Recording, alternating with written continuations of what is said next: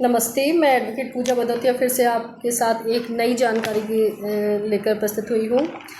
ये मैटर है ज़मीनों से जुड़ा हुआ, जिसमें कि सरकार आपकी ज़मीन को हथिया लेती है, उसके बदले में मुआवजा भी नहीं देती है। तो आपको क्या करना चाहिए, क्या सटीक और कानूनी तौर पर नियमावली के तौर पर कदम उठाने चाहिए जिसमें आप भी ना फंस सकें और सरकार आपको कहीं भी दोष सिद्ध ना करार कर सके।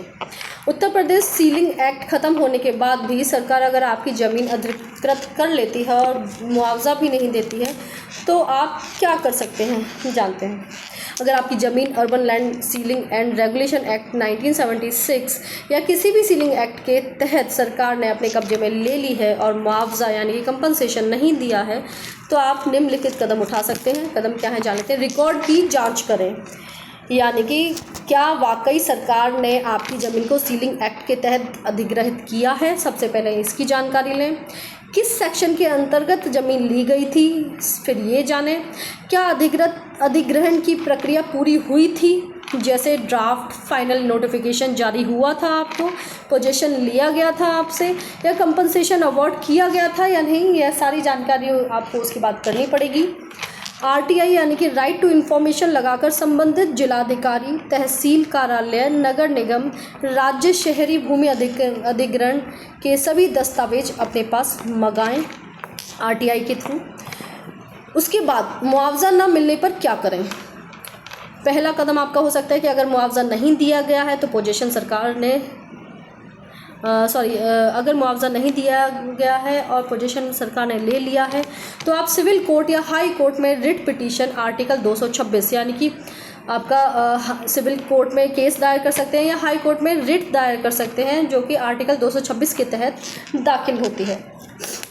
आप कह सकते हैं कि ज़मीन सीलिंग के तहत ली गई है, लेकिन कॉन्स्टिट्यूशन के आर्टिकल 300A के अनुसार बिना कंपनसेशन के प्रॉपर्टी लेना अवैध है। यानी कि article 300A of Indian constitution में साफ लिखा गया है कि आपकी किसी भी ज़मीन को सरकार ले सकती है, लेकिन उसके बदले में आपको मुआवजा मिलना अनिवार्य है।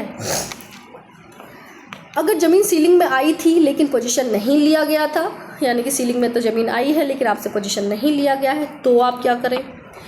सीलिंग एक्ट के रिपील यानी कि समाप्त होने के बाद में आप ज़मीन पर पुनः दावा कर सकते हैं।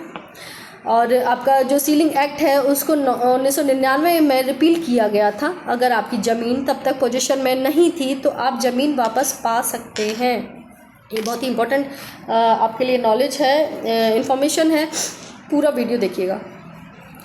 उदाहरण जैसे कि सुप्रीम कोर्ट के कई फैसलों ने यह कहा है कि सीलिंग एक्ट के तहत अधिग्रहण के बावजूद अगर कंपनसेशन नहीं दिया गया है तो वह एक्विजिशन वॉइड यानी कि अमान्य माना जाएगा।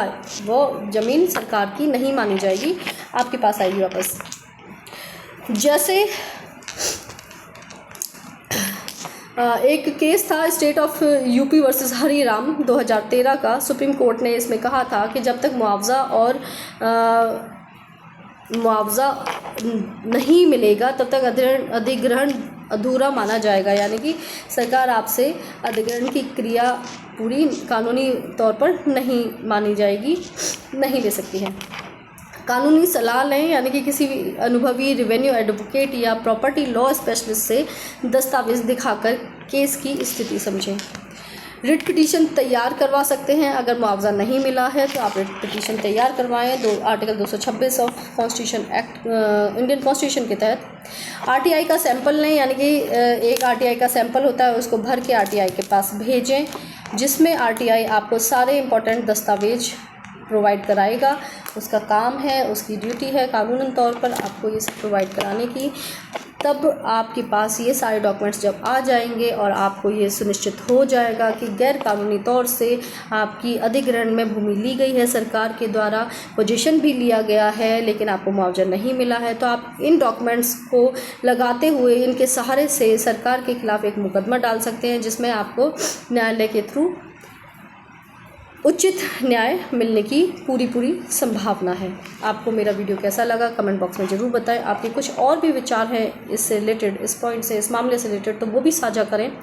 आपके नोन में या रिलेटिव में किसी के साथ ऐसी कोई घटना, दुर्घटना ही कहेंगे इसे, घटना अगर घटित हुई है तो उसके साथ ये वीडियो ज़रूर शेयर करें और भी सबके साथ शेयर करें, ताकि सबको कानूनी तौर पर इन्फॉर्मेशन होना बहुत ज़रूरी है, ताकि आप सब जागरूक रहें, सतर्क रहें कानूनी तौर पर, अपने व्यक्तिगत और सामाजिक रूप में। मेरा वीडियो कैसा लगा ये भी कमेंट बॉक्स में बताएं। मेरी जो बहुत सेलेक्टिव इन्फॉर्मेशन होती है, रूलिंग्स होती हैं, जो मैं निकाल कर आपके लिए लेकर आती हूँ, ताकि आपको बेसिक नॉलेज होना बहुत ज़रूरी है, ताकि आपको कोई कहीं गलत तरीके से ना फंसा सके। जहाँ आप कानूनी तौर पर बिल्कुल सही हैं, वहाँ पे आपके साथ कोई अपराध घटित ना हो, आपको परेशान ना किया जाए। इसके लिए मेरी ये छोटी सी पहल है, मेहनत है। ये आपको कैसी लगी मुझे कमेंट बॉक्स में ज़रूर बताएं। मेरा वीडियो जहाँ तक हो सके सबसे शेयर करें, लाइक करें, चैनल को सब्सक्राइब करें। धन्यवाद।